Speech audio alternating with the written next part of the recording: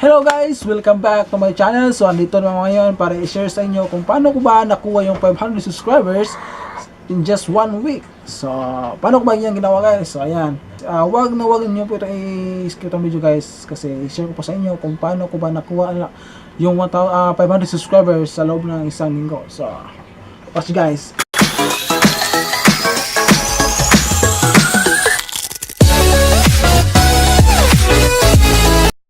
So ang ginawa ko nito guys is yung tinatawag nila commenting. So una guys, watch a video 3 to 5 minutes or tapusin yung video. So hindi ibig sabihin na pag nagko-comment ka lang dun sa baba, magla-like ka, mag-subscribe ka, wala ka nang gagawin. So kailangan nyo talaga guys na i-watch yung video niya kahit mga 3 to 5 minutes length, para naman ay magiging counted yun sa isang subscriber, para hindi naman masayang yung pag-subscribe mo sa kanya. Kasi pag in-skip mo yan or nag-subscribe ka, nag-like ka, nag-comment ka, wala kang ginawa sa video niya, talagang ma-spam yung comments mo. Si YouTube algorithm is 24/7 po yan, nakatutok sa ating account. So kapag nag-comment ka, lumabas ka agad, talagang mahalata ka talaga ng YouTube na isa kang spammer. So pangalawa guys is yung ginawa ko ay yung sub-to-sub. So alam naman natin yan, diba? So karamihan sa atin ngayon yan yung strategy na ginagamit para makipag-sub-to-sub sa ibang subscriber. Pero hindi ibig sabihin guys na yung sub-to-sub yun na talaga yung gamitin nyo. So alam na natin yan, no, diba? So trending na yan ngayon, hindi lang dito sa Pilipinas, hindi sa ibang bansa. So ito yan guys, yung sub-to-sub ngayon guys, isa yung pinagbabawal na salita ng YouTube. Tulad na subscribe nga, bahag nga, sub-to-sub nga, yan yung mga bawal ngayon na salita na pinagbabawal ng YouTube. Kasi karamihan kasi ngayon sa ibang mga baguhan, katulad ko, kasi baguhan nila ako pero sa ibang nagkasimula pa lang mag-vlog or mag-YouTube, yun yung ginawa nila, yung mag-sub-to-sub, kipag hug to hug. So ibahin natin yung salita guys sa ating ginagamit. Pwede natin gawin natin yung pasapat nga, pasuntok nga, di ba? Mag-isip kayo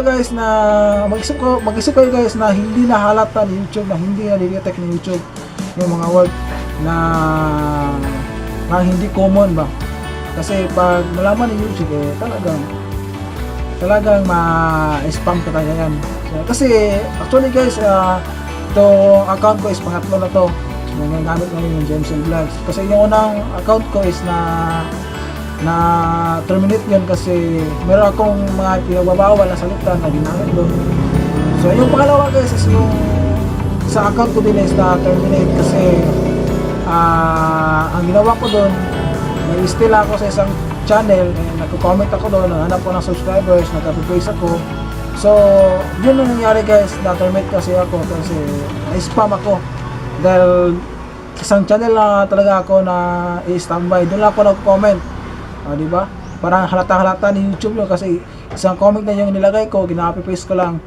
So dyan ang ating iiwasan guys, na mag-stay sa isang channel na same comment lang yung nagawa mo, nag-paste ka lang. Huwag mo yung gagawin guys. Talagang pag ginawa mo yan, talagang tapos ang maligayang araw mo. So ang ginawa ko guys is ito.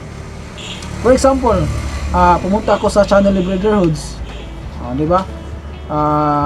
Meron siyang bagong video na i-upload kasi naka-notify kasi ako sa kanya So kapag meron siyang video na i-upload, talagang i-click ko talaga yun.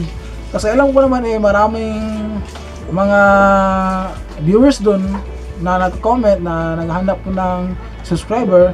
So doon ako pumunta guys, kiniklik ko kanilang channel at tapos i-watch ko lang ang video nila 3 to 5 minutes late or mostly kasi natapos ko So para sure talaga counted. So doon ako nag-comment sila, ayan, tapos ko na. ginawa ko na lahat sa iyo. Bahay mo, kailangan yung comment mo is related doon sa video na kanyang ipinalabas. So, kahit na, for example, meron siyang video na kumain siya, meron siyang video na about food. So, ay comment mo yun guys is, ang sarap naman ng pagkain mo. Sana makatikim ako niyan. Then, i-attach mo din yung comment mo guys na, ayan guys, natapos ko na yung video, natapos ko na lahat sa iyo, ginawa ko na lahat. Yun. I-attach mo yun guys dun sa comment na nilagay mo. Patikim nga ng pagkain mo. Sana makatikim din ako niyan. O ayan, sinapak na kita. Sana makasapak ka din sa akin. So yun yung mga comment guys na ginamit ko para talagang maging effective yung guys, yung comment ko na hindi masayang, subscriber ko na hindi ma-iswam ang comment ko sa kanya. So yung iba kasi is pupunta ka tapos hindi sila bumabalik. Pero okay naman ninyo guys kasi sa 500 subscribers ko nga yun nga naghanap ng subscribers. So meron ako sa kanya, meron ako subscription nga 550. So yung 50 guys is yung hindi na subscribe, tapos yung 500 yung na-subscribe sa akin. So hindi na masama yan guys kasi mas malaki naman yung na-subscribe sa akin kaysa hindi nag-subscribe sa akin. So ayun guys, itong video guys may makukuha kayo nito, no? Para naman ay talagang makatulong po sa inyo sa mga baguhan tulad ko, nagsisimula pa lang sa YouTube. So ito guys ay isi-share ko talaga sa inyo para din makatulong ko sa inyo ng konti.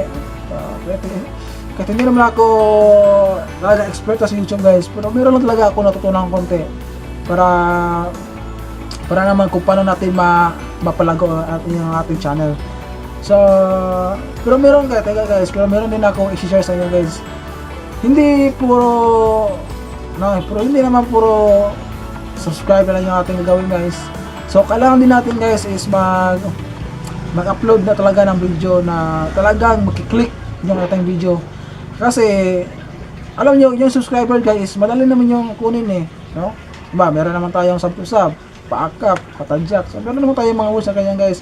Pero ang importante kasi yun guys, kung nakuha man natin yung 1,000 subscribers, hindi pa rin tayo pasado kasi mayroon pa tayong 4,000 hours watch time sa ating video. So, kailangan natin guys, kung pwede, ipagsabay natin yung ating paghanap ng subscribers, then upload tayo ng magandang content para naman ay talagang mag-click yung ating video para mas madali natin yung ma-reach yung ating requirements na binigay ni YouTube sa atin. So, kaya mostly kaya sa ibang vlogger nga mga 2 months naging monetize na sila kasi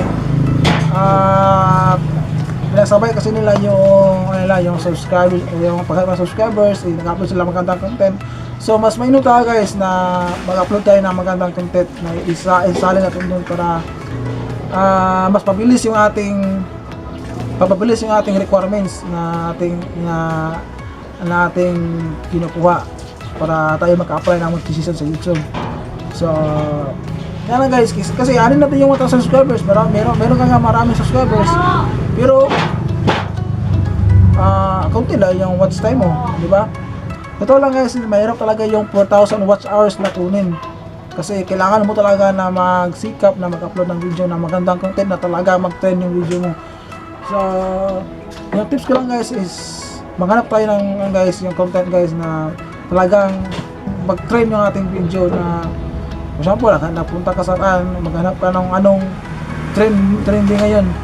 Kasi kasi yung kinuha mo guys, yung trending ngayon, mas madali yon matatrend yung video mo, mas daling dumami yung views mo kasi trending nga.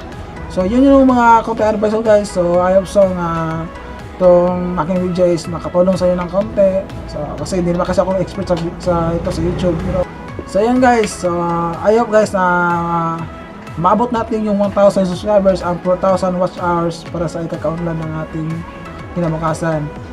So yan guys, so thank you for watching, and please guys don't forget to subscribe and click the bell icon guys para kayo ay naging updated sa aking mga video guys na i-upload sa YouTube. So bye bye guys, and God bless.